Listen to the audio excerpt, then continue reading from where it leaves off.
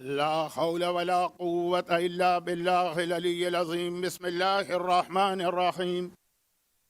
الحمد لله الملك الحق المبين، والصلاة والسلام على سيد المرسلين وخاتم النبيين ورحمة للعالمين وشفيع المذنبين، والمخاطب بطه وياسين بالقاسم محمد.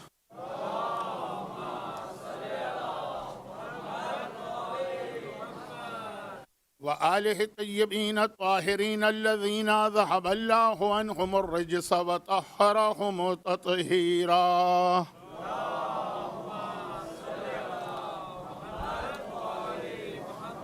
سيما على بقية الله في الأرضين وحجته على العالمين الإمام المنتظر والحجة الثانية شرع أجل اللهم له الفرج، ولعنة الله على أعدائهم أجمعين من الأزل إلى الأبد. أما بعد، فقد قال الله عز وجل في كتابه المبين وفرقانه المتين وقرآنه المجيد: بسم الله الرحمن الرحيم. يا أيها الذين آمنوا اتقوا الله حق تقاته ولا تموتن إلا وأنتم مسلمون.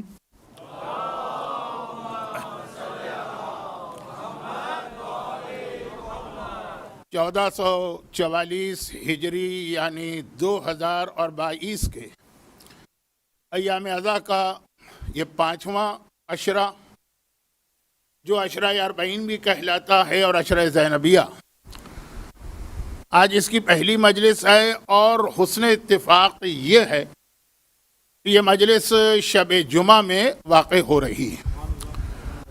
اچھا، اب یہاں پر میں ایک گزارش یہ کر لوں کہ اگرچہ یہ چیزیں ممبر پہ بیان کرنا اچھا نہیں ہوتا ہے، کیونکہ آپ حضرات کو خطیب کی جسمانی حالت یا اس کی بیماریوں سے کیا غرض، آپ تو اس کا بیان سننے آئیں، لیکن بہرحال میں دنیا کے بہت دور دراز علاقے سے آ رہا ہوں، اور اتنی لمبی فلائٹ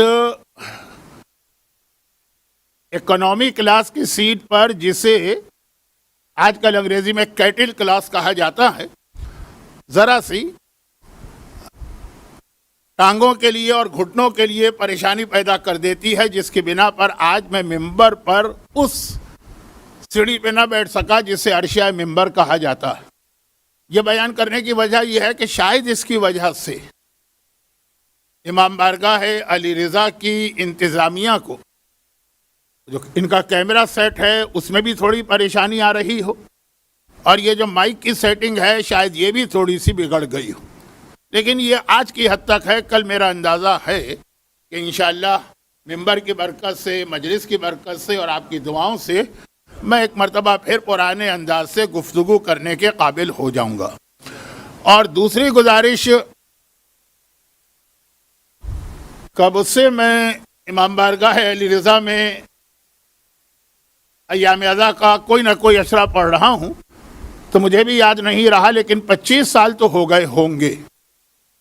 تو اب اس 25 سال میں بار بار 3 گزارشات کرتا ہوں، کیونکہ کچھ بیچ میں یہ پچھلے 2-3 سال کا ایک گیپ آ گیا، تو یہ دہرا بھی رہا ہوں، لیکن اگر یہ گیپ نہ بھی آتا تب بھی یہ اعلان کرنا ہوتا، اور یہ شروع مجلس میں کرنا اس لیے ضروری کہ اس کا تعلق شروع مجلس والوں سے ہی ہوتا ہے کہ نمبر 1، ممبر کے بہت قریب لوگ بیٹھتے ہیں، وہ میرے لیے کبھی بھی، جب میں چڑھتی جوانی تھی اس وقت بھی میرے لیے بڑا مشکل ہوتا تھا، اور اب تو اور زیادہ مشکل ہے، اور خاص طور پر اگر میں عرشہ ممبر پہ کل سے بیٹھا تو جو لوگ شروع میں آ جاتے ہیں وہ ذرا سا، کل کی بات ہے، آج تو جو آ گئے سو آ گئے، ذرا سا ممبر سے فاصلہ رکھ کے بیٹھیے گا۔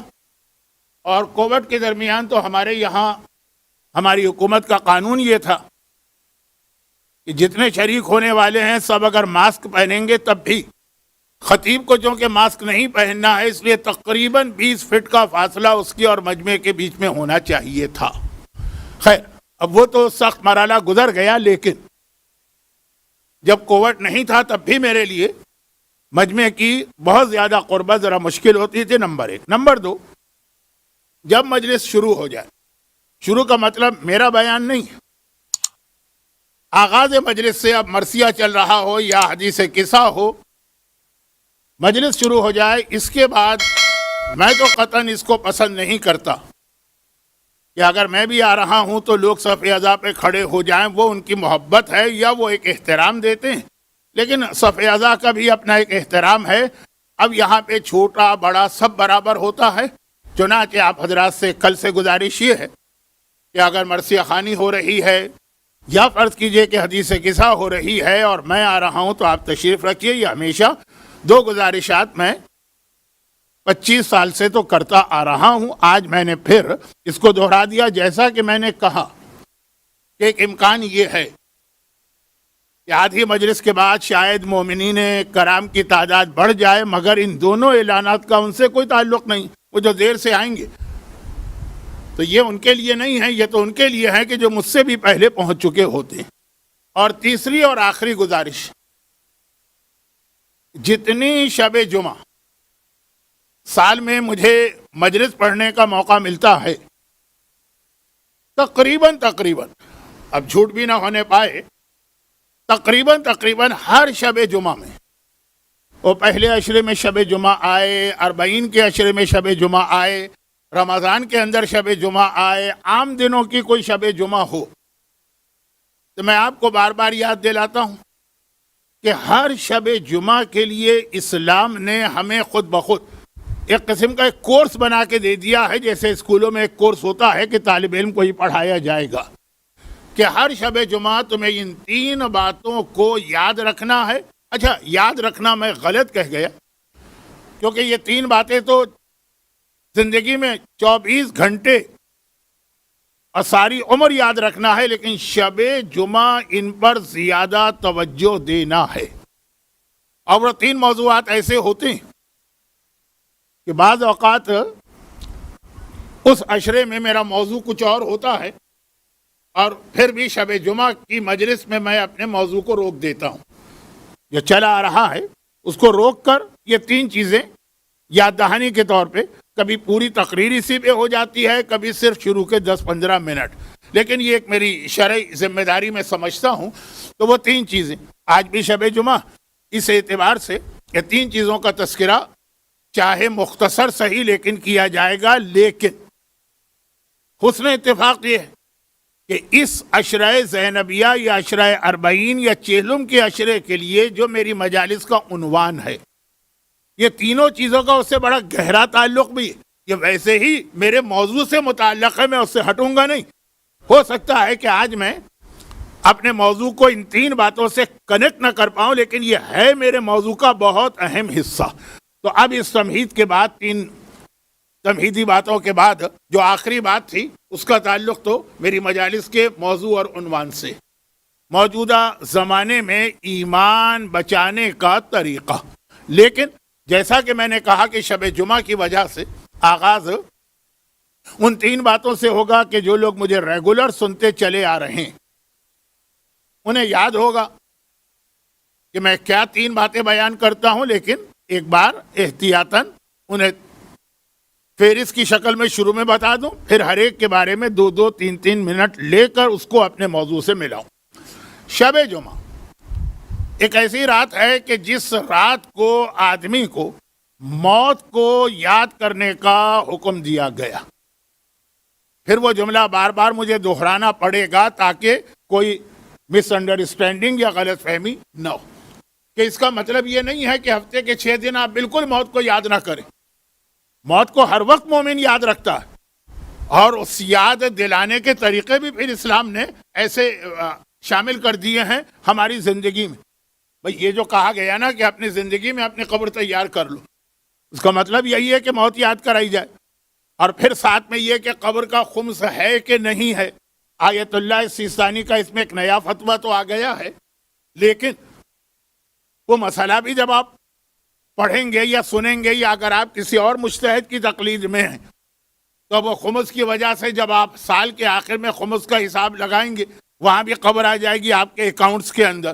اور ویسے بھی قبر، کفن، چونکہ آج کل بڑی کثیر تعداد میں لوگ زیارتوں پہ جانے لگے ہیں اور اس وقت بھی اربعین کا آغاز ہوا ہے، یعنی اربعین کے عشرے کا، تو آپ کے بہت سارے جاننے والے یہاں سے، پاکستان سے، انڈیا سے، کینیڈا سے، امریکہ سے اربعین کی زیارت کے لیے جا رہے ہوں گے۔ اور زیارت پر آدمی کبھی بھی جائے، اربعین ہو کہ اربعین کے علاوہ ہو، کفن لے کے ضرور آتا، اگرچہ وہ کفن لانے کے بعد ایک اعتراض بھی کرتا ہے، اور یہ پاکستان میں تو میں نے پاکستان بھی نہیں کہتا، کراچی، اب لاہور میں کیا ہوتا ہے مجھے نہیں معلوم، اسلام آباد میں کیا ہوتا ہے مجھے نہیں معلوم، کراچی میں کربلا سے لائے ہوئے کفن پہ بہت اعتراض بھی ہوتے ہیں، اور مجھے ہر سال زیارت کے قافلے میں یہ وضاحت کرنا پڑتی ہے کہ ذرا دیکھیں کتنے تعجب کی بات ہے کہ جو کفن شریعت کی احتیاط کا خیال کرتے ہوئے وہاں بک رہا، اس پر ہمارے لوگ پاکستان کے اندر بیٹھ کے اعتراض کرتے ہیں۔ یہ چیزیں ذرا بات کی، یہ آئیں گی چیزیں آگے چل کے اپنے وقت پر آئیں گی، لیکن خلاصہ یہ ہے کہ کفن گھر میں رہے، لے کر آؤ، لانے کے بعد وہ گھر میں بھی رہے۔ اب یہ ساری چیزیں وہ ہیں کہ جو آپ کو موت یاد دلانا ہے، وہ یہ نہیں ہے کہ شب جمعہ اپنی الماری کو کھول کر کفن کو جھاڑ پونچھ کے نکالو، نہیں، ہر وقت سامنے رہے جہاں پہ آپ کے دوسرے کپڑے ہیں تاکہ موت یاد رہے۔ کفن آج کا موضوع نہیں ہے، قبر آج کا موضوع نہیں ہے، آج کا موضوع یہ ہے کہ مومن کو ہر وقت اپنی موت کو یاد رکھنا ہے، لیکن شب جمعہ تو زیادہ یاد کرنا۔ اور یہاں بھی ایک لفظ میں غلط بتا گیا جان بوجھ کر، میں نے کہا کہ مومن کو ہر وقت اپنی موت کو یاد رکھنا ہے، اپنی نہیں، موت کو یاد رکھنا، اپنی بھی، اور جو آپ کے مرحومین دنیا سے چلے گئے ہیں، آج بھی کتنی ہی ایسی نیک بچیاں ہوں گی جو نماز مغفرت والدین مغرب اور عشاء کے ساتھ پڑھ کے امام باڑے میں آئی ہوں گی، یا جو نہیں بھی آئی اپنے گھروں میں۔ آج بھی کتنے ایسے نیک بچے ہوں گے جنہوں نے شب جمعہ کا خیال کرتے ہوئے نماز مغفرت والدین پڑھی ہوگی، لیکن یہ پیغام خالی والدین کی حد تک نہیں، موت چاہے اپنی ہو چاہے دوسروں کی، ہر شب جمعہ اس کو یاد رکھنا ہے۔ بار بار میں جملہ نہیں دہرانا چاہتا، لیکن جب میں یہ جملہ کہوں تو آپ خود ہی سمجھ جائیے کہ اس کا مطلب یہ ہے کہ یاد تو باقی 6 دنوں میں بھی رکھنا، لیکن آج زیادہ خاص اہتمام کے ساتھ، جیسے پہلے ہوتا تھا۔ اور ابھی بھی کہیں کہیں میں نے دیکھا کہ شب جمعہ نماز مغرب اور عشاء کے فوراً بعد کوئی نہ کوئی کھانا یا کوئی نہ کوئی چیز مرنے والے کے لیے فاتحہ پڑھوائی گئی، لیکن وہ آدھی ذمہ داری اپنے لیے بھی، اپنی موت کو بھی یاد کرنا ہے، لیکن جتنا ہے وہ بھی غنیمت ہے، نمبر 1۔ نمبر 2، شب جمعہ وہ ہے کہ جس میں دعا، یہی وجہ ہے کہ ہمارے یہاں اس گئی گزری حالت میں بھی عام دنوں کے مقابلے میں شب جمعہ دعائیں زیادہ ہوتی ہیں، اور کچھ نہ صحیح تو دعائے کمیل آدمی پڑھ ہی لیتا ہے، اور کچھ نہ صحیح تو زیارت وارثہ مومن آج شب جمعہ پڑھتا ہے۔ اور مجھے یاد ہے کہ آج سے 20 سال پہلے یا شاید 16 سال پہلے امام بارگاہ علی رضا میں میرا ایک پورا عشرہ صرف زیارت وارثہ پہ تھا، اور اس میں میں نے عرض کیا تھا کہ زیارت وارثہ جو ہے نا، یہ دعا ہے، اس میں 3 پہلو ہیں۔ بظاہر عربی کے چند جملے ہیں، لیکن یہ ہمارا سلام بھی ہے، زیارت وارثہ پیغام بھی ہے، ہم سلام امام کو کر رہے ہیں، میسج اور پیغام ہمارے لیے آ رہا، قلبی لقلبکم سلم و امری لامرکم متبع، خالی یہ جملہ نہیں تو پوری زیارت ہے۔ اشہد انک قد اقمت الصلاۃ، پیغام ہے کہ نہیں؟ وآتیت الزکوٰۃ، پیغام ہے کہ نہیں؟ وامرت بالمعروف، پیغام ہے کہ نہیں؟ ونہیت عن المنکر، ایک میسج ہے کہ نہیں؟ واطاعت اللہ، اللہ کی اطاعت، پیغام ہے کہ نہیں؟ اور پھر یہ کہ امری لامرکم متبع، مولا میری زندگی کا ہر عمل آپ کے عمل کے مطابق، میں وہی کر رہا ہوں جو آپ کرتے ہیں، یہ پیغام ہے کہ نہیں؟ بھئی تمہارے گھر میں میوزک چل رہی ہے اور گانے بجائے جا رہے ہیں اور کہہ رہے ہو کہ مولا میں وہ کر رہا ہوں جو آپ کرتے ہیں، اب یہ ہمارے لیے پیغام کہ سوچو کیا کر رہے ہو، داڑیاں شیو کی جا رہی ہیں، بے حجابی اختیار کی جا رہی ہے، مکس گیدرنگ کی جا رہی ہے، حرام کھایا جا رہا ہے، دوسروں کا حق مارا جا رہا ہے، مولا میں تو وہ کر رہا ہوں جو آپ کرتے ہیں۔ یہ جملہ بھی آپ کو یاد ہوگا نا، نہج البلاغہ میں جو خطبہ ہے علاء حارثی اور اس کے بھائی کا، بہت چھوٹا سا خطبہ ہے، اور یہ بھی ہمارے جو اصل موضوع ہے اس کی تمہید بنے گا، لیکن اس کا ایک جملہ کہ جب مولا نے جا کے اسے ڈانٹا کہ تم کیا کر رہے ہو، اس طرح زندگی گزاری جاتی، کہا مولا میں تو وہ کر رہا ہوں جو آپ کر رہے ہیں، اور وہ اس بات میں سچا تھا۔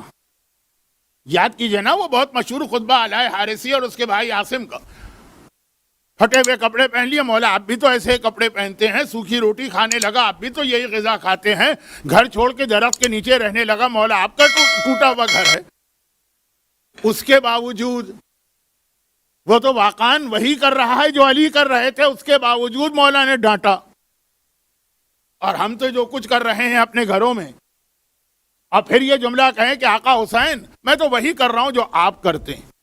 ہم اپنے مظلوم آقا کی کیا تصویر دنیا کے سامنے پیش کر رہے ہیں، اگر ہمارے گھروں میں وہ نہ ہوتا ہو۔ لیکن بعد میں اس پہ بات ہوگی، ابھی تو میں اس کو یہاں روکتا ہوں کہ زیارت وارثہ کے جملے یہ سلام نہیں ہے، یہ پیغام ہے۔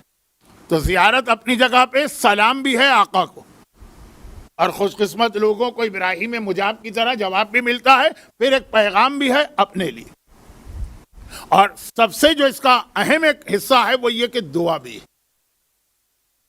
بہترین روزی اور رزق کے لیے دعا زیارت وارثہ ہی، اور چونکہ میں بھی اس پہ پڑھتا ہوں، علماء بھی پڑھتے رہتے ہیں، میں تو ایک طالب علم، تو میں اس کی تفصیل میں نہیں جا رہا۔ زیارت وارثہ کا ذکر کہا گیا کہ اس گئی گزری حالت میں بھی شب جمعہ کو لوگ زیادہ دعائیں پڑھتے ہیں یا مانگتے ہیں۔ تو یہ تیسرا پیغام بھی لوگوں کے ذہن میں تھوڑا تھوڑا تو ہے کہ آج کی رات دعا کی رات۔ اب اس کا مطلب یہ نہیں کہ اتوار کے دن ہمیں کوئی مسئلہ پیش آیا تو ہم نے کہا کہ نہیں ابھی ٹھہر جاؤ، انتظار کر لو شب جمعہ آ جائے، دعا تو شب جمعہ ہے۔ نہیں، دعا ہر وقت، جہاں پرابلم ہو، جہاں پریشانی ہو، جہاں مصیبت، وہاں پہ دعا مانگنا ہے، لیکن شب جمعہ زیادہ۔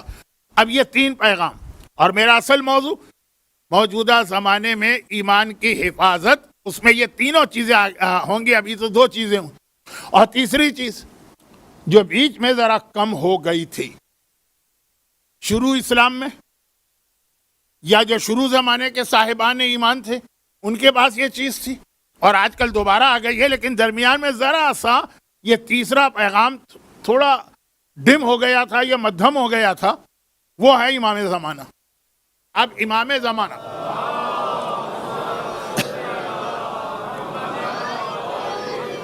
تاریخ شیعت کے ابتدائی ماحول میں دیکھیے، شب جمعہ سے لوگ تیار ہو کے بیٹھ جاتے تھے کہ آج امام آنے والے ہیں، ہتھیار تک کا انتظام رکھتے تھے۔ شب جمعہ تو خاص طور پہ بستر پہ اپنے ساتھ ہتھیار رکھ کے سوتے تھے، تاکہ وہ جو دعائے عہد کا جملہ ہے نا کہ مولا آپ آئے اور میں نکلا، تو یہ شروع میں تھا۔ اور شروع سے مطلب یہ ہے کہ تقریباً 400-500 سال، پھر درمیان میں ہم نے دیکھا کہ اتنا ذکر نہیں ہوتا تھا امام کا، اور اس میں بھی ایک مصلحت تھی جو کل کی مجلس میں آپ کے سامنے آئے گی۔ یہ غلط نہیں تھا ہمارے بزرگوں کا طریقہ، لیکن ہم نے آخر میں دیکھا کہ ایک بار پھر ذکر امام زمانہ کا بہت بڑھ گیا ہے، اور اس میں شب جمعہ اور جمعے کی صبح دعائے نتبہ۔ تو اب یہ مطلب تو نہیں ہے نا کہ ہفتے میں 6 دن تو کوئی ضرورت نہیں ہے کسی امام کو یاد کرنے کی، نعوذ باللہ، صرف ایک جمعرات کے دن یا شب جمعہ اپنے زمانے کے امام کو یاد کرو۔ نہیں، ہر وقت مومن کو امام زمانہ کو یاد کرنا، یہی وجہ ہے کہ ہر نماز کے بعد ہمارے یہاں امام زمانہ کی زیارت پڑھی جاتی ہے، ہر مجلس کی دعا میں امام زمانہ کا ذکر ہوتا ہے۔ اس وقت بھی جب میں نے کہا کہ تھوڑا سا ذکر امام کم ہو گیا تھا اس زمانے میں بھی، تو لیکن یہ روزانہ شب جمعہ امام کو زیادہ یاد کرنا۔ اب یہ جو تین پیغام، اچھا، یہ اس میں سے پہلے 2 پیغام موت اور دعا، وہ امام زمانہ کے ذکر سے بھی جڑا ہوا، یعنی اگر امام زمانہ آ جائیں گے تو دوسری چیز کی ضرورت نہیں رہے گی، پھر وہ دعا حاجت کے اعتبار سے نہیں ہوگی، معرفت خدا کے اعتبار سے ہوگی۔ جیسے چوتھے امام نے صحیفہ کاملہ کی دعائیں، وہ کوئی حاجت کے لیے دعا نہیں ہے، وہ تو ابھی آپ نے اشرا سنا۔ تو خلاصہ یہ ہے کہ ان تینوں میں امام زمانہ سب سے اہم بن جاتے ہیں، لیکن یہ میرا آج کا موضوع نہیں ہے، مجھے تو یاد دلانا ہے کہ ہر شب جمعہ کے یہ 3 پیغام، اب ان 3 پیغاموں کو اسلام نے مزید اس میں ہر ایک میں 3 باتیں ہمیں بتائیں۔ موت ہو اس میں بھی 3 باتیں، دعا ہو اس میں بھی 3 باتیں، امام زمانہ ہو اس میں بھی 3 باتیں۔ پہلی بات تو ابھی جو میں نے بتائی ہے، تقریباً 15 منٹ تو ہو گئے مجھے آپ کو زحمت دیتے ہوئے۔ پہلی بات تو یہ ہے کہ 3 چیزیں، تینوں کو یاد رکھو، بھولنے نہ پاؤ، ذہن سے نہ نکلنے پائے، غافل نہ ہونے پاؤ، ہر وقت یہ یاد رکھو، یاد رکھو موت کو، یاد رکھو دعا کو، یاد رکھو امام زمانہ۔ نمبر 2، خالی یاد نہیں رکھو، تینوں چیزیں وہ ہیں جس کے لیے کوشش ضروری ہے، تینوں کے لیے کوشش ضروری ہے۔ موت کو خالی یاد کرنے کا کیا فائدہ؟ موت کے لیے کوشش کرنا، مرنے کے لیے نہیں، مرنے کے بعد کے مرحلے کے لیے، چاہے وہ ہمارے مرحومین ہو چاہے خود اپنی ذات ہو، کوشش کرنا، کیونکہ موت کے بعد کے مرحلے بڑے مشکل مرحلے ہیں، عام آدمیوں کی بات چھوڑیے۔ اچھا، آج کل ہمارے یہاں ایک رواج ہو گیا ہے، میں اس کے اوپر بہت احتیاط سے بات کرنا چاہتا ہوں، اور وہ یہ ہے کہ علماء کے بہت سارے واقعات پڑھے جانے لگے ہیں، لیکن کسی عام سی مسجد کا کوئی عالم اس کا ایک واقعہ سنا دیا، کسی عام سے محلے کا کوئی عالم اس کا ایک واقعہ سنا دیا۔ وہ ہوں گے اپنی جگہ سارے واقعات صحیح، لیکن جب تک کہ ہمیں کسی ایسے ہی بڑے عالم کا واقعہ نہ ملے کہ جس کی شیعہ تاریخ میں اپنی ایک اہمیت ہے، ٹاورنگ پرسنالٹی ہے، جو پلر آف دی شیعت ہے، اس وقت تک اس واقعے کی وہ حیثیت نہیں ہوتی۔ جیسے حدیث ہے، لیکن ایک حدیث امام کے ایک عام صحابی سے ملی، وہ بھی لیں گے اگر ثابت ہو جائے، اور ایک حدیث سلمان فارسی سے ملے تو اس حدیث کی اہمیت ہی کچھ اور ہوتی ہے۔ حدیث اگر حدیث قصہ کی طرح جابر ابن عبداللہ انصاری سے ملے، اس حدیث کی اہمیت ہی کچھ اور ہوتی ہے۔ تو جب میں علماء کے واقعات پڑھتا ہوں تو میری کوشش یہ ہوتی کہ میں انہی مجتہدین نہیں، مجتہدین کے بھی جو استاد ہیں، استاد المجتہدین، ان کے واقعات پڑھوں۔ ایک چھوٹا سا واقعہ سن لیجئے تاکہ تھوڑا سا یہ اندازہ ہو جائے کہ مرنے کے بعد کا مرحلہ کتنا مشکل اور سخت ہوتا ہے۔ اچھا، ہماری ریسنٹ تاریخ، بہت پرانی نہیں، یعنی تقریباً 50 60 سال 70 سال پہلے کی بات ہے، بہت ہی عظیم عالم تھے، مرجع تھے، آغائے جمال الدین گل پائیگانی۔ میں نے زور اس لیے دیا جمال الدین پر کہ آغائے گل پائیگانی ایک وہ مشہور گزرے ہیں جن کی کچھ مہینے تقلید کی گئی تھی آغائے خوئی کے انتقال کے بعد، وہ نہیں، ان سے پہلے، اور بہت پہلے نہیں، جو نجف کا ایک گولڈن پیریڈ کہلاتا ہے، سیکنڈ ورلڈ وار اور اس کے فوراً بعد کا، اپنے زمانے کے مرجع تھے۔ لیکن مسئلہ یہ تھا کہ ہمارے یہاں انڈیا پاکستان میں ایک کنسپٹ پہلے سے چلا آ رہا ہے، آج کل بہت بڑھ گیا کہ جی مرجع تو خالی ایک ہونا چاہیے، وہ امام ہے کہ ایک وقت میں صرف ایک امام ہو سکتا ہے، حتیٰ اگر 2 بھی ہیں تو ان میں امام ایک ہوگا، دوسرا وہ ہے، پہلے کی شہادت کے بعد وہ امام بنے گا۔ روایتیں بھی ہیں، واقعات بھی ہیں۔ ابھی میدان عرفات کا واقعہ میں کہیں پڑھ کے آ رہا ہوں کہ امام حسن امام ہے، امام حسین بھی ان کے ساتھ ہیں، لیکن دونوں کے درمیان فرق ہو گیا۔ امام حسن عرفات کے میدان میں دوران حج کھانا کھا رہے ہیں، امام حسین روزے سے، اور وہی راوی وہ کہتا ہے جب امام حسن کی شہادت ہو گئی میں امام حسین کی خدمت میں حج میں گیا۔ ایک حج کوئی تھوڑی، 25 30 حج ان لوگوں نے کی، تو برابر میں چوتھے امام کا خیمہ تھا، باپ بیٹے دونوں حج پر آئے، چوتھے امام روزے سے، امام حسین کھانا کھا رہے ہیں، اور چوتھے امام کے بعد یہی میں نے 5ویں امام کو دیکھا کہ باپ کے ساتھ حج پہ آئے، چوتھے امام کھانا کھا رہے ہیں اور 5واں امام روزے سے۔ اور راوی نے پوچھا کہ مولا میں نے آقا حسین کو دیکھا کہ اس وقت روزے سے تھے، اب بعد میں کھانے لگے، آپ کو دیکھا، آپ کے بابا کو دیکھا چوتھے امام کو کہ جب وہ امام حسین کے ساتھ حج پہ آتے تھے تو روزہ رکھتے تھے، اور جب اکیلے آئے آپ کے ساتھ تو کھانا کھا رہے ہیں۔ تو جواب دیا کہ حسن حسین کے زمانے میں حسن امام تھے، ان کی زندگی صاحبان ایمان کے لیے ایک رول ماڈل تھی، اس لیے وہ کھانا کھا رہے تھے، حسین اللہ کی وہ عبادت کر رہے تھے۔ پھر میرے بابا کے زمانے میں ان کے بابا امام تھے، چوتھے امام 12 اماموں میں شامل ہیں، امامت کا اس وقت تک اعلان نہیں ہوا تھا۔ تو باقی روایت آپ خود سمجھ جائیے۔ تو خود معصومین کے یہاں ہمیں یہ جملے ملتے ہیں کہ ایک وقت میں ایک ہی امام ہوگا. اگر ایک سے زیادہ امام ہیں جو روز ازل سے پروردگار نے 12 امام رکھے لیکن امامت کا عہدہ ایک کے پاس ہے.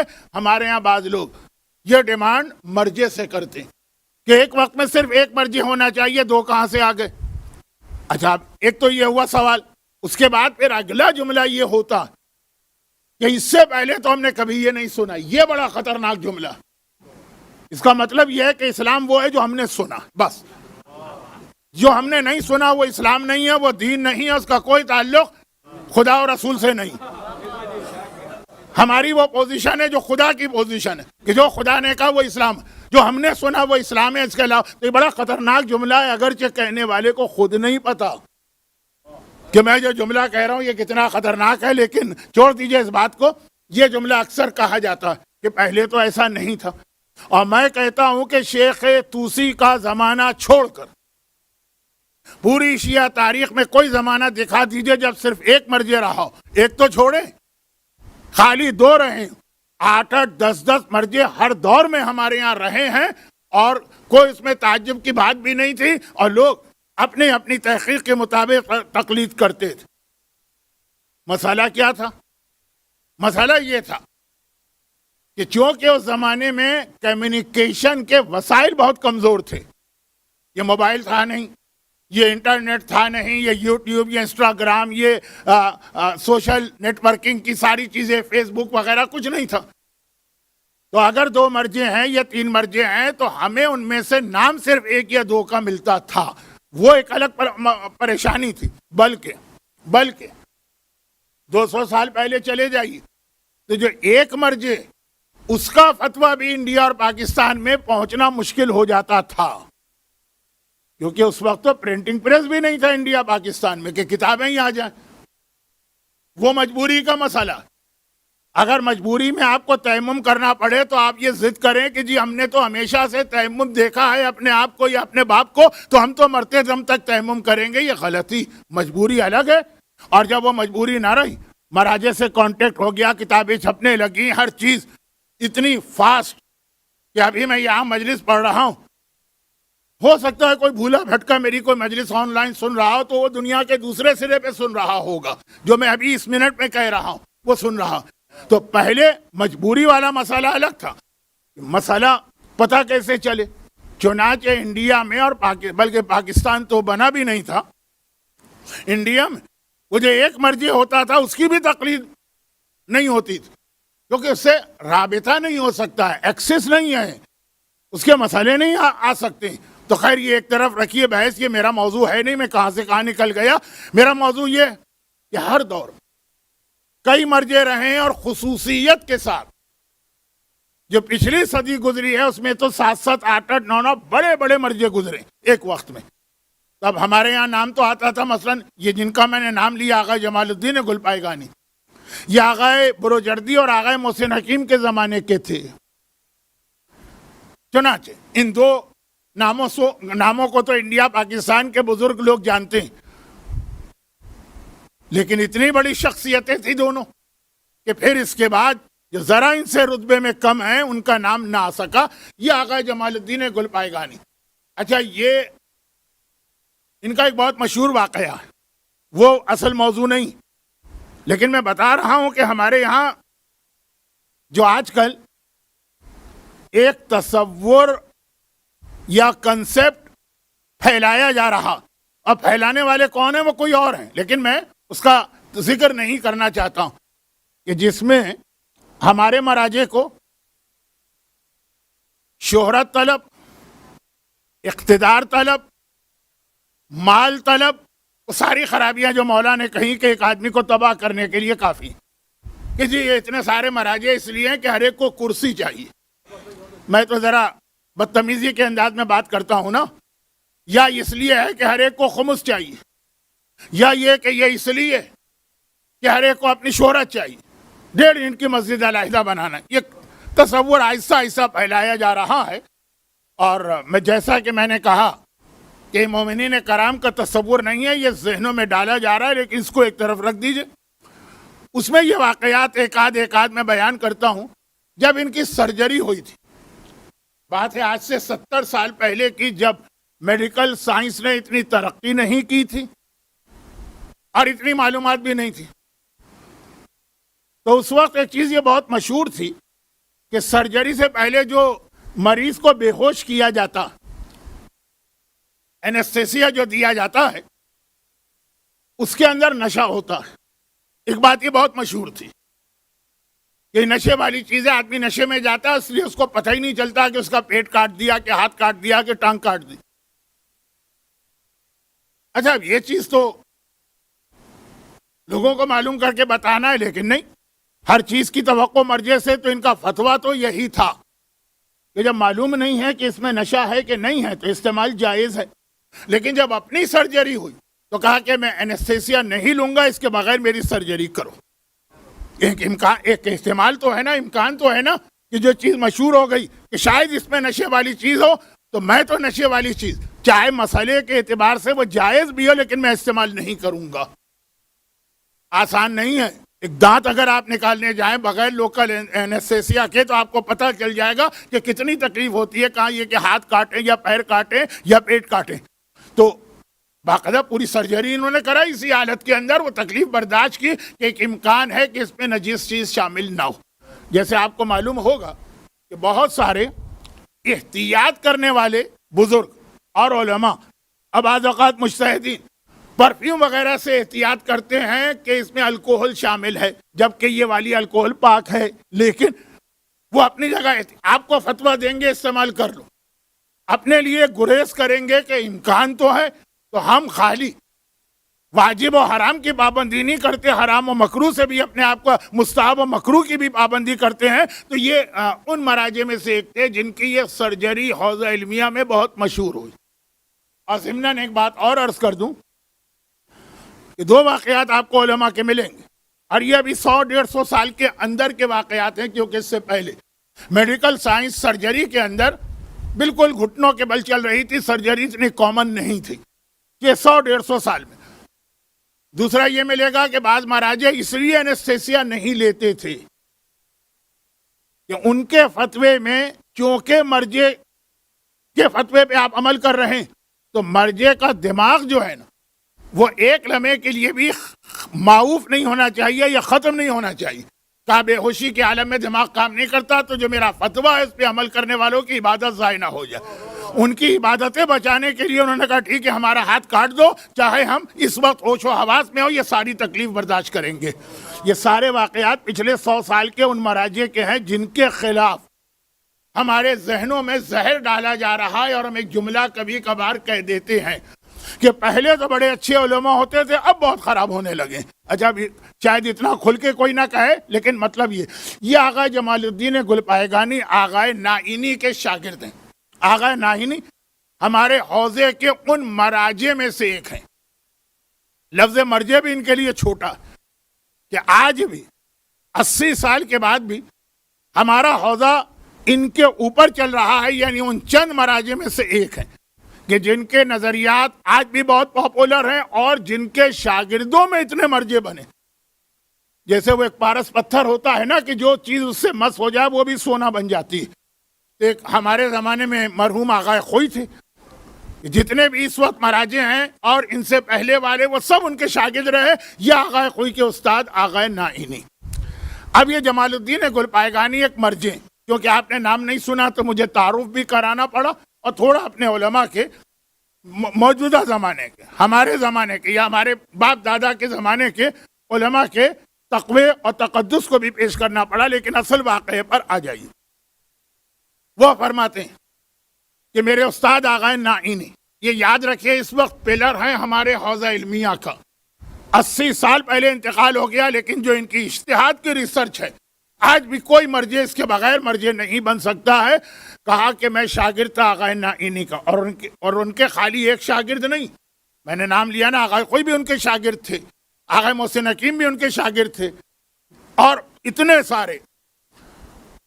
ایک دن آغا نائینی نے مجھے یہ واقعہ سنایا کہ میرے استاد، اب نام زیادہ ہو جاتے ہیں تو آپ لوگ ذرا سا چکرا جاتے ہیں، اور یہ سارے نام میں نے کہا کہ یہ کسی عام عالم کے نہیں ہیں.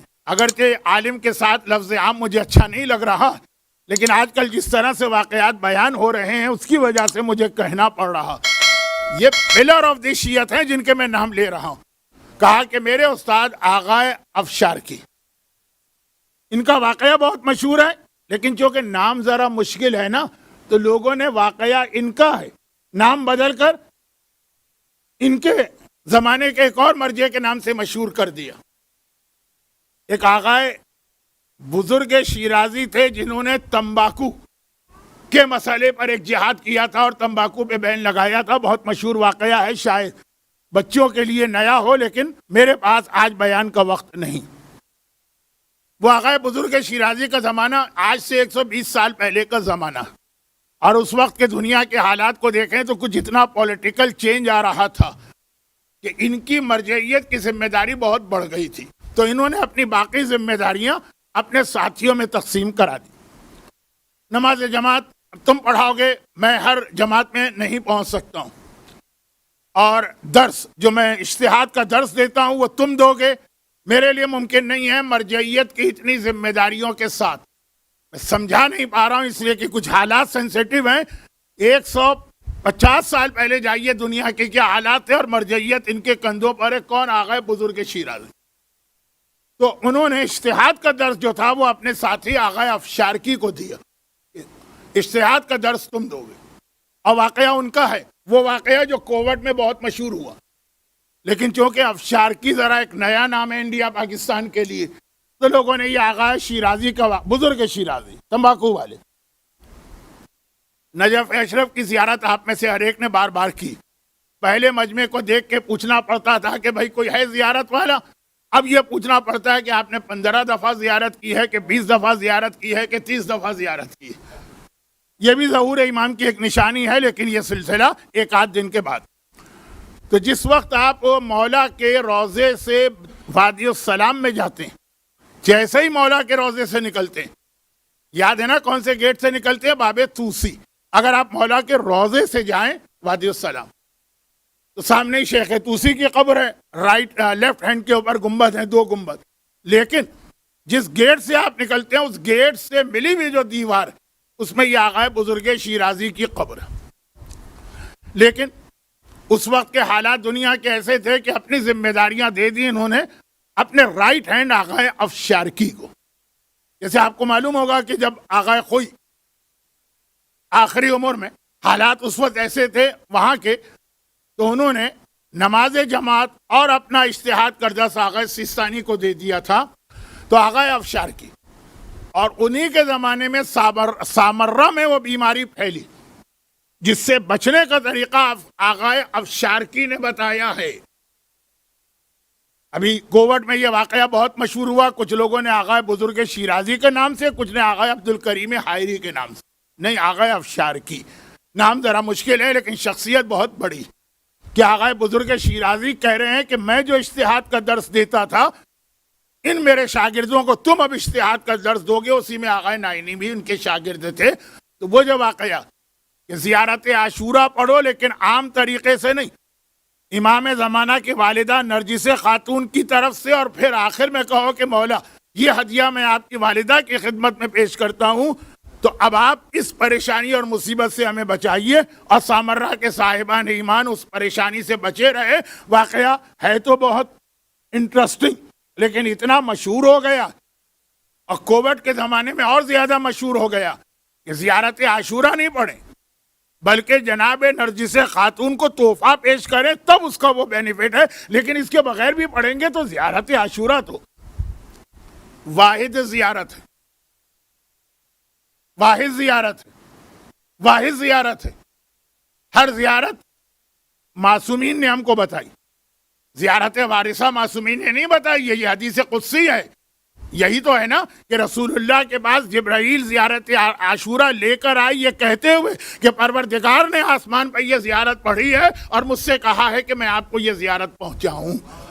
زیارت عاشورہ کلام خدا ہے، گرچہ باقی زیارتیں بھی کلام خدا ہے لیکن وہ امام کے تھرو آئی، اور یہ ڈائریکٹ جبرائیل لے کر آئے جیسے قرآن کو لے کے آتے ہیں.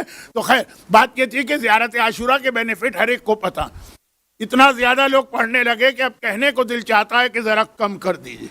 یہ جملے کو توجہ سے سنیے گا, یہ کل کی مجلس میں مختصراً یہ بات آئے گی. لیکن وہ جب وبا اور بیماری جب پھیلتی تو جناب نرجس خاتون, یہ آقا افشارقی کا میں تعارف کرا رہا ہوں, یہ ان کا واقعہ. تو آقا نائینی کہتے ہیں کہ میرے استاد کا جب انتقال ہو گیا, ہم استاد نہیں ہیں, خالی مرجے بھی نہیں ہیں, مراجع کے بھی استاد ہیں, وہ عظیم ترین شیعہ تاریخ کے مجتہدین میں سے ایک ہیں آقا افشارقی. تو پہلی شب جمعہ جو آئی, میں نے خواب میں دیکھا, دیکھیے آقا خوئی کوئی خواب دیکھ کر آپ کو بتائیں, آقا سیستانی کوئی خواب دیکھ کے آپ کو بتائیں, یہ آقا نائینی رتبے میں ان سے بھی بڑھے. وہ کہہ رہے ہیں کہ شب جمعہ میں نے خواب میں اپنے استاد کو دیکھا, اور پھر میں نے اپنے ہاتھ سے ان کی انگلیاں پکڑی اور انگلیاں دبا کر کہا کہ آپ مجھے یہ بتائیے کہ موت کے وقت آپ کی کیا کیفیت تھی اور آپ پہ کیا گزری شب جمعہ. یہ بھی آپ کے علم میں ہوگا, ایک زمانے میں بہت بدنام تھا کہ سوائے قبر کے اور میں کچھ پڑھتا ہی نہیں. تو قبر والا مولانا یا جو ہمارے خوجی حضرات ہیں انڈیا کے, احمد آباد اور گجرات کے قبر والے باپو, یا ملا جہنم یا جہنم کا داروغہ یا ڈراکولا آف اسلام, بہت پڑھتا تھا. لیکن پھر میں نے بہت کم کر دیا ہے, اور یہ واقعہ بھی ایسا ہے کہ اس کے اندر سے وہ چیزیں میں کاٹ رہا ہوں جو آپ حضرات کے مزاج پہ ناگوار گزریں گی, اور صرف جو پیغام ہے وہ پہنچا رہا ہوں. تو آقا نائینی میں اب اس سے بڑا جملہ کیا کہوں کہ یہ آقا سیستانی اور آقا خود سے بھی درجے میں بلند ہیں. وہ کہتے ہیں کہ میں نے اپنے استاد کو مرنے کے بعد پہلی شب جمعہ دیکھا. شب جمعہ ہر ایک کو معلوم ہے, روایت بہت مشہور ہو گئی ہے کہ شب جمعہ مرنے والوں کی روحیں ان زندوں کے پاس آتی ہیں جن سے ان کا رشتہ ہو یا دوستی ہو. دوستی کے بھی بہت واقعات ہیں قبر کے. آج شب جمعہ تو میں نے دیکھا, میں نے ان کا ہاتھ پکڑا, ہاتھ پکڑ کے انگلیاں پکڑ کے دبائیں اور کہا مجھے بتائیے کہ آپ پہ کیا گزری. ایک عظیم القدر مرجع اپنے استاد مرجع کا واقعہ نقل کر رہا. تو انہوں نے کہا کہ جب موت میرے قریب آئی تو اس وقت دو پریشانیاں بہت زیادہ تھیں میرے ذہن میں. نمبر ایک, تمہیں پتہ ہے کہ میرے گھر میں تو کھانے کو بھی کچھ نہیں ہوتا تھا. یہ مراجع کی بات ہو رہی ہے, اور عظیم ترین مراجع کی. کئی وقت تو ہمارے یہاں فاقے گزر جاتے تھے. اچھا, میں تو آرام سے گزارا کر لیتا تھا کیونکہ علم کی اپنی ایک لذت ہوتی ہے. آدمی کو جس چیز میں لذت آ جائے نا وہ کھانا پینا بھول جاتا ہے. اب میں ایک مثال بڑی بھونڈی دے رہا ہوں, کہاں اتنا عظیم واقعہ, کہاں اتنی چھوٹی مثال. جنہیں کرکٹ کا شوق ہو جائے, جب وہ سنسنی خیز مرحلے آتے ہیں نا, ان کو کھانا یاد ہوتا ہے, نہ پینا یاد ہوتا ہے, بھول جاتے ہیں وہ. تو اسی طرح جس کو علم کا مزہ آ جائے, یہ تو 2 یا 4 اوور ہوتے ہیں جس میں آپ کی جان پہ بنی ہوتی ہے. علم کا مزہ آ جائے نا تو پوری زندگی ایسی گزرتی ہے. میں فاقہ کرتا, میرے لیے کوئی مسئلہ نہیں, کھانا ملے کہ نہ ملے, پینے کی چیز ملے کہ نہ ملے, کچھ نئے مسئلے, کچھ نئی ریسرچ. لیکن میری بیوی اور میرے بچے وہ اب تک تو میرے ساتھ ہیں, اور میری وجہ سے وہ بھی اس علم کے مزے میں ہیں. لیکن میرے بعد اتنے مراجع گزرے ہیں, آپ کو کسی کے بارے میں پتا ہے کہ ان کے گھر والوں پہ کیا گزری؟ تو اب یہ کہ میرے بعد ان کا کیا ہوگا. ایک سہارا ہے نا, جو ایک سپورٹ ہے نا. بیوی نے دیکھا میرا شوہر اتنا بڑا مرجع ہے, علم میں مزہ لے رہا ہے, بیوی ساتھ ہو گئی. موجودہ زمانے میں ایمان بچانے کا طریقہ, یہ چیز آگے آئے گی. یہ جملہ بہت کام کا ہے, آگے آئے گا. چھوٹے بچے ٹھیک ہے باپ کو دیکھا, لیکن جب میں نہ رہوں گا تو پھر ان کے لیے مسئلہ ہوگا. میں آخری وقت میں یہ پریشانی میں تھا, اور یہ ایک مومن کی ذمہ داری ہوتی کہ اپنے گھر والوں کا خیال کرے. اور دوسرا یہ کہ میں بہرحال یہ تو میں نے کہہ تو دیا, لیکن زندہ رہنے کے لیے کھانا تو ضروری ہوتا ہے نا, وقتاً فوقتاً. اور آپ کو معلوم ہے کہ عراق کے کلچر میں گوشت پہ بہت زور ہے. آپ زیارت پہ جاتے ہیں, کتنے ہی دمبے تو آپ کے پیروں کے سامنے ذبح ہو جاتے ہوں گے. تو مسجد ہندی بہت مشہور مسجد ہے نجف کی, اس کے سامنے ایک قصائی، وقتاً فوقتاً میں اس سے قرضے پر گوشت لے آتا تھا. اور ہوتا یہی کہ جب آدمی کی مالی حالت ٹھیک نہ ہو تو قرضہ ادا ہونے کے بجائے بڑھتا رہتا ہے. وہ کوئی بہت زیادہ قرضہ نہیں تھا، 4 درہم 5 درہم کا قرضہ ہو گیا کئی سالوں میں. اب اس نے مطالبہ نہیں کیا، لیکن اگر وہ مطالبہ نہ کرے تو آٹومیٹک تو قرضہ معاف نہیں ہوتا، وہ تو باقی. جس وقت اب اس کے بعد کی کچھ چیزیں میں چھوڑے دے رہا ہوں. ایک تو مومنین کرام کے لیے ذرا مشکل ہوتا ہے ملک الموت، اور پھر یہ ہے کہ اتنے بڑے مرجے کا اس میں تذکرہ ہو رہا ہے کہ ذرا توہین ان کی نہ ہو جائے. کہا کہ اب جب ملک الموت میرے پاس آیا تو بڑا سخت یہ میرے لیے مرحلہ ہو گیا. ایک طرف بیوی بچوں کا خیال، دوسری جانب وہ قصائی کا قرضہ. اب اس کی جو کیفیت بتائی، 5 درہم کوئی حیثیت رکھتے ہیں ہمارے اور آپ کے پاس؟ آغا نائینی اپنے استاد کی انگلیاں پکڑ کے دبا رہے ہیں، کہہ رہے ہیں پھر کیا ہوا؟ کہا کہ اس وقت مجھے ایک پیغام ملا ملک الموت کے تھرو، بیوی بچوں کی فکر نہ کرو. حضرت موسیٰ کے سرحانے ملک الموت آیا، کہا یا نبی خدا مجھے آپ کی روح قبض کرنا. حضرت موسیٰ نے کہا کہ اتنی اجازت دے دو کہ میں اپنے گھر والوں کو خدا حافظ کہہ دوں. جوانی میں اگر یہ واقعہ آپ نے مجھ سے سنا ہوگا تو 20 منٹ لگتے تھے، ابھی آپ دیکھیں گے شاید 3 منٹ کے اندر واقعہ پورا ہو جائے. کہا ملک الموت نے کہا کہ یا نبی خدا یہ میرے اختیار میں تو نہیں. موسیٰ کون ہے؟ السلام علیکہ یا وارث موسیٰ کلیم اللہ. حضرت موسیٰ وہ ہیں جن کے وارث آقا حسین بنے ہیں. کہا کہ میں، حسین کا رتبہ موسیٰ سے بلند ہے، یہ یاد رکھیے. تو کہا کہ میں تو یہ اجازت نہیں دے سکتا اللہ سے کہا، اللہ نے اجازت دے دی. موت کا وقت ٹل جاتا ہے. عام آدمیوں کے لیے بھی اگر وہ ذرا کچھ نیکیاں کرتے ہوں، وہ ایک الگ لسٹ ہے. کبھی اب میرے مرنے سے پہلے ایک موضوع مجھے یہ مکمل کرنا ہے کہ موت اور موت کے بعد کے مراحل، لیکن فی الحال نہیں. ہو سکتا ہے کہ میں آج رات مر جاؤں، لیکن فی الحال میرے ذہن میں پروگرام کچھ اور ہے، اور یہ بھی میرا اصل موضوع سے متعلق بنے گا جملہ. آ جائیے. اجازت مل گئی، گھر والوں کو خدا حافظ کا. بوڑھی ماں تھی، بیوی تھی، بچے تھے. چھوٹی بچی تھی، اس کے سر پہ ہاتھ پھیرا تو رونے لگی. خدا نے پوچھا موسیٰ رو کیوں رہے ہو؟ کہا کہ میں دنیا سے جا رہا ہوں، بچی بہت چھوٹی، میرے بعد کون اس کا خیال کرے گا؟ کہا کہ اے موسیٰ ایسا کرو کہ چلو ملاقات مکمل، گھر سے باہر نکلو. باہر ہی وہ دریائے نیل بہ رہا تھا، یا جو دریا بھی ہوگا. کہا کہ اپنا عصا اس پہ مارو. حضرت موسیٰ نے عصا مارا، دریا پھٹ گیا. کہا موسیٰ اب ذرا دریا میں اترو.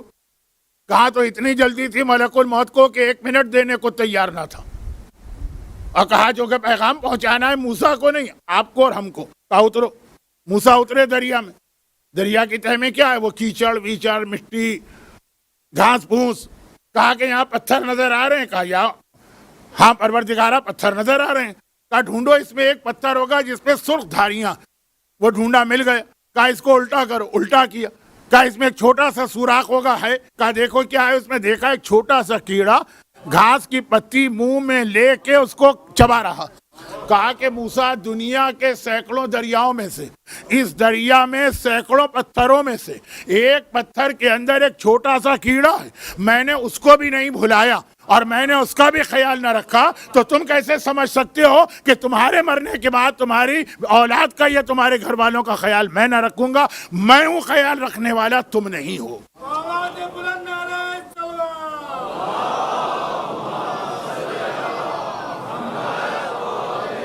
بہترین موقع تھا یہ ربط مصائب میں یتیمی کے، لیکن چونکہ واقعات پورا کر دوں گا کیونکہ کل اتنے لوگ تو نہیں آ سکیں گے جتنے آج آ گئے اتفاقاً. تو خلاصہ یہ کہ آغا افشارکی کہتے ہیں کہ ملک الموت کے تھرو پیغام ملا، بیوی بچوں کی فکر نہ کرو. ہاں قصائی، اس کا جو قرضہ باقی ہے، دنیا بھر میں جہاں بھی میں اس وقت جا رہا ہوں، اور اس وقت سے مطلب اس سال نہیں، پچھلے 8-10 سال سے مومنین کرام کے آپس کے یہ والے جھگڑے اتنے میرے پاس آتے ہیں کہ اب تو خیر اس بیماری کی وجہ سے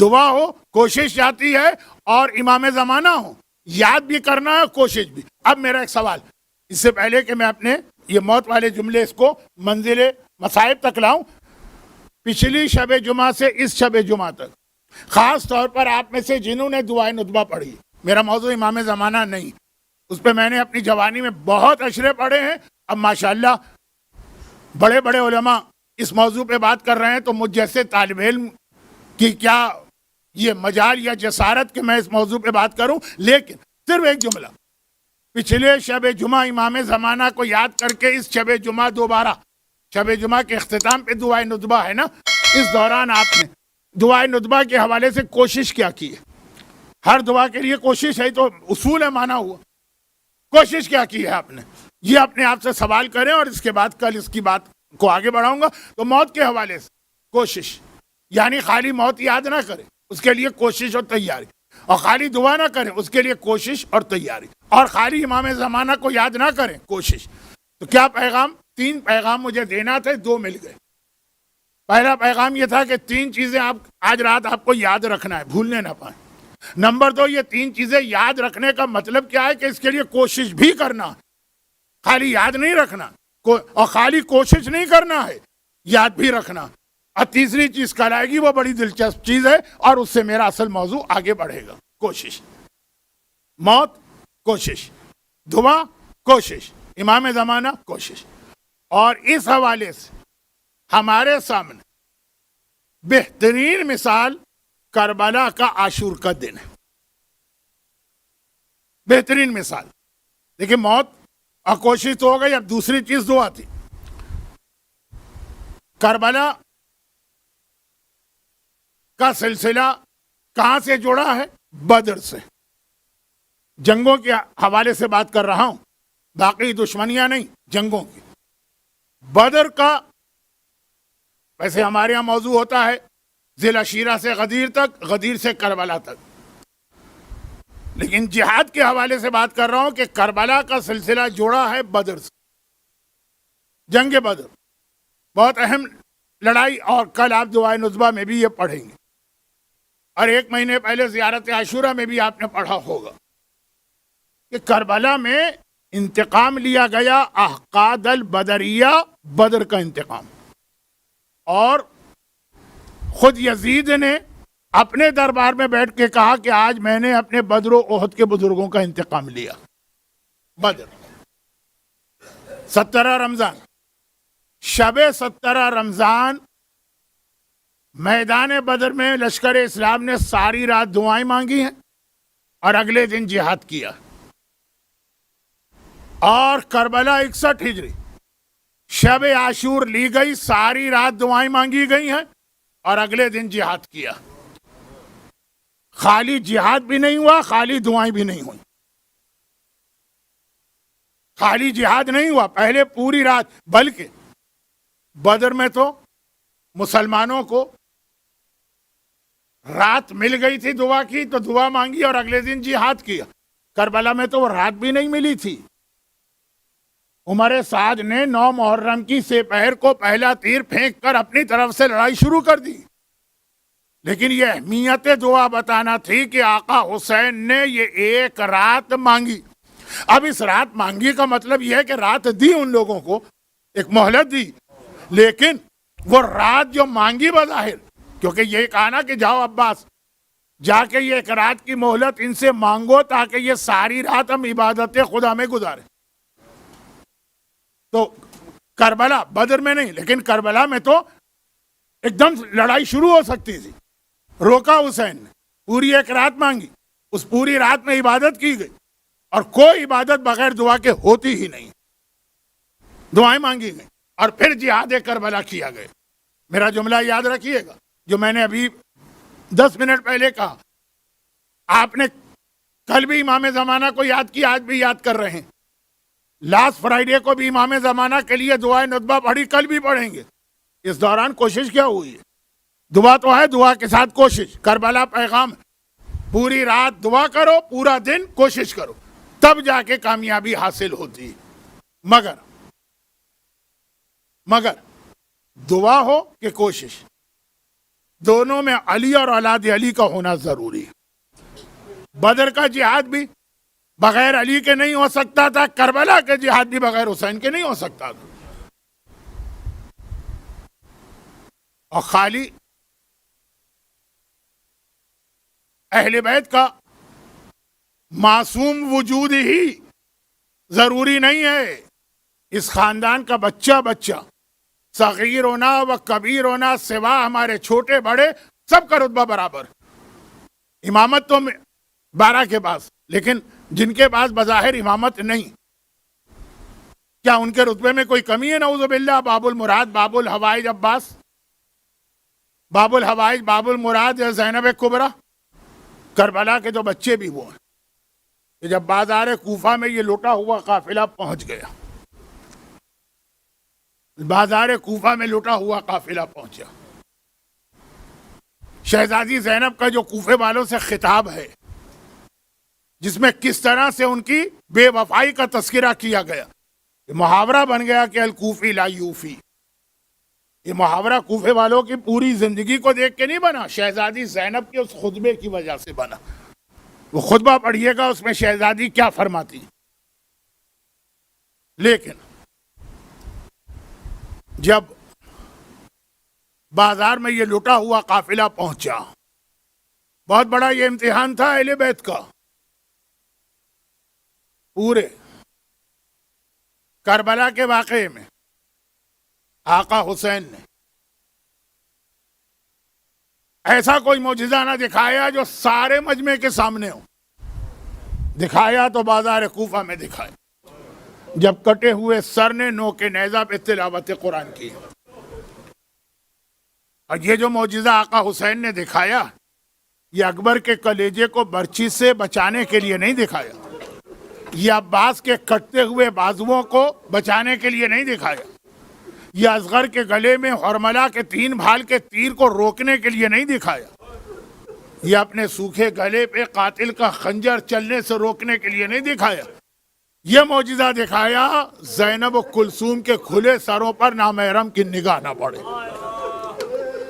معجزہ دکھایا بھی تو کس حوالے سے دکھایا؟ بازار کوفہ کا امتحان اتنا بڑا امتحان ہے۔ یہ تو آقا حسین کا جملہ ہے، آقا سجاد کا جملہ آگے کسی مجلس میں آئے گا، لیکن اس وقت ابن زیاد کا آرڈر آ گیا قافلے کو بازار میں روک دیا جائے۔ ابھی بھی دوپہر کے وقت شاید یہاں بھی آپ کھلے میں نکلے سڑکوں پر تو اتنی شدید گرمی ہو کہ جوان بھی ہانپ جائیں، اور اس وقت بھی نجف و کربلا میں جو ٹیمپریچر تھا اس کو دیکھتے ہوئے، اور اس وقت بھرے بازار میں محمل نہیں ہیں، ہماریاں نہیں ہیں، سروں پہ چادر بھی نہیں ہیں، محمد کی بیٹیاں علی اور فاطمہ کا حرم ان اونٹوں کی پیٹھ پر جلتے سورج کے نیچے اس طرح بیٹھا ہے کہ کہیں سایہ بھی نہیں۔ لیکن ابن زیاد کا حکم آیا قافلے کو روک دو۔ کیوں روک دو؟ کہا 2 وجہ۔ نمبر 1، ابھی میرے دربار کی سجاوٹ نامکمل ہے، میرا دربار پورے طریقے سے سج جائے اس کے بعد میں محمد کی نواسیوں کو بلاؤں گا، بھلے وہ دھوپ میں جلتی رہیں، میرے دربار کی سجاوٹ زیادہ اہم ہے۔ اور دوسری وجہ کیا کہتا ہے وہ بے غیرت و بے حیا؟ کہا کہ اے پسر سعد، اگر تو ایک مرتبہ قافلے کو لے کے آگے بڑھ گیا، میرے دل کو تشفی اور سکون نہیں ملے گا۔ میں چاہتا ہوں اتنی دیر یہ بازار میں کھڑی رہیں کہ کوفے کا ایک ایک نامحرم اچھی طرح سے ان کو دیکھ لے۔ زینب کبریٰ رضن بقضائہ و تسلیما لامرہ، پروردگارہ جو تیرا حکم ہے اس کے آگے زینب سر تسلیم خم کرتی ہے، اونٹ پر بیٹھی ہیں، سر جھکائے، بالوں سے چہرہ چھپائے۔ اب پرانے زمانے کے چھوٹے چھوٹے گلی اور کوچے، یہ اونٹ رکا ایک مومنہ ام حبیبہ کے گھر کے سامنے۔ یہ بہت ضعیف عورت ہے، اسے پتہ ہی نہیں دنیا میں کیا ہو رہا ہے، گھر میں اکیلی بیٹھنے والی۔ کل رات کو حاکم کا اعلان ہوا کہ ہر عورت زرق برق کپڑے پہن کر مکان کی چھت پہ آ جائے، یہ بھی آ کے بیٹھ گئی۔ دیکھا میرے سامنے جو اونٹ رکا ہے اس میں ایک بی بی سفید بالوں سے چہرہ چھپائے بیٹھی ہیں، اور ایک ننھی سی بچی ان کی گود میں سر رکھے ہوئے لیٹی. اب یہ تو پتہ نہیں کہ بچی کون ہے، لیکن رخسار پہ تماچوں کے نشان تو بہت دور سے نظر آ رہے ہیں. خدا آپ کی بچیوں کو سلامت رکھے.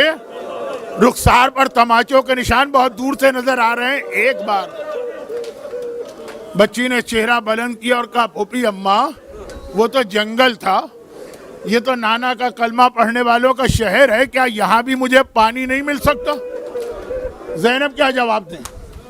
مشکل کشا کی مشکل کشا بیٹی حکم خدا سے مجبور ہے، مگر ام حبیبہ کا دل تڑپ اٹھا. اتنی چھوٹی بچی اس طرح تڑپ رہی ہے. دوڑ کے جاتی ہے، پانی کا کوزہ لے کے آتی ہے، ہاتھ بڑھا کے سکینہ کو یہ کوزہ دیتی ہے. پانی کا کوزہ لیا سکینہ نے، پانی پینا چاہتی ہے. ام حبیبہ کہتی ہے بچی جب تو پانی پی لے نا تو میرے حق میں 2 دعائیں کرنا، کیونکہ میں نے سنا ہے کہ خدا تم جیسے یتیموں اور قیدیوں کی دعا کو بہت جلد قبول کیا کرتا. سکینہ نے پانی ہونٹوں سے لگا لیا تھا اور التہاب کی کیفیت تھی. التہاب عربی میں لفظ ہے التہاب، اس کا مطلب یہ ہے کہ پیاسے کے سامنے پانی رکھ دیں اس کی پیاس اور بڑھ جائے گی. پانی ہونٹوں کے قریب آیا، لیکن جیسے یہ جملہ سنا مشکل کشا شیر خدا کی پوتی سکینہ نے ایک بار پانی کا کوزہ ہونٹوں سے ہٹا دیا. کہا پہلے تیرے لیے دعا کی جائے گی پھر پانی پیا جائے گا. بتا تیری پہلی دعا کیا؟ کہا پہلی دعا تو ابھی میرے ذہن میں آئی ہے، خدا میرے بچوں کو تیری طرح سے یتیم و قیدی نہ بنائے. سکینہ نے ننھے ہاتھ جوڑ کے آسمان کو دیکھا. خدا بندہ میرے بوڑھے بابا کے کٹے سر کا واسطہ، میرے چچا عباس کے قلم شدہ بازوؤں کا واسطہ، جیسے یتیمی اور قید میرے اوپر آئی ہے مومنہ محفوظ رہے. ہاں تیری دوسری دعا کیا؟ کہ یہ دعا بہت پرانی ہے، بہت بوڑھی ہو گئی، بدن میں چلنے کی طاقت نہیں رہی ہے، مرنے سے پہلے ایک بار خدا مجھے مدینے کی زیارت کا موقع اور دے. سکینہ تو دعا کرنے لگی. زینب نے دشمنوں کے شہر میں اپنے شہر کا نام سنا، چونک کے سر اٹھایا اور کہا کہ اے ضعیفہ مدینے کی دعا کیوں مانگ رہی؟ کہا مدینہ میرے آقا علی کا شہر، میری شہزادی فاطمہ کا وطن ہے. زینب نے کہا لیکن اب نہ تو علی رہے ہیں نہ فاطمہ رہی ہیں. وہ ضعیفہ کہتی ہے تو کیا ہوا؟ علی نہ رہے تو علی کا بیٹا میرا مولا حسین تو ہے، فاطمہ نہ رہی تو میری شہزادی زینب تو ہے. اپنا نام سننا تھا. کہا زینب کا خالی نام سنا ہے کہ زینب کو پہچانتی بھی ہے؟ ام حبیبہ فخر سے کہتی ہے لو بھلا کیسی باتیں کرتی ہو، پہلے تو ہر سال بی بی کی زیارت کو جاتی تھی، اب بڑھاپے نے مجبور کر دیا. زینب نے دائیں دیکھا بائیں دیکھا، کوئی نامحرم متوجہ نہ تھا، سب کٹے ہوئے سر کے قریب تھے. چہرے سے بالوں کو ذرا سا ہٹایا. اے ام حبیبہ ذرا غور سے دیکھ کے پہچان لے، میں ہی فاطمہ کی بیٹی زینب ہوں. ادھر یہ کہا، ام حبیبہ نے صرف ایک جملہ کہا، ارے شہزادی آپ قیدی بن گئی، آپ کی چادر چھن گئی. ارے میرا آقا عباس کہاں چلا گیا؟ عباس کی بہن اور قیدی بنے، عباس کی بہن اور چادر چھن. اجرکم اللہ اجرکم اللہ. پروردگارہ تجھے باب الحوائج باب المراد عباس علمدار کا واسطہ، ام المصائب زینب کبریٰ کا واسطہ، حسین کی اس ننھی یتیمہ اسیر سکینہ کا واسطہ. جو مومنین اور مومنات آج کی مجلس میں گریہ کر رہے ہیں، ان کے اس گریہ کے تو فیل ان کو، ان کے گھر والوں کو، ان کے گھروں کو، ان کی اولادوں کو اور ان کی روزی اور رزق کے ذرائع کو محفوظ فرما. خدا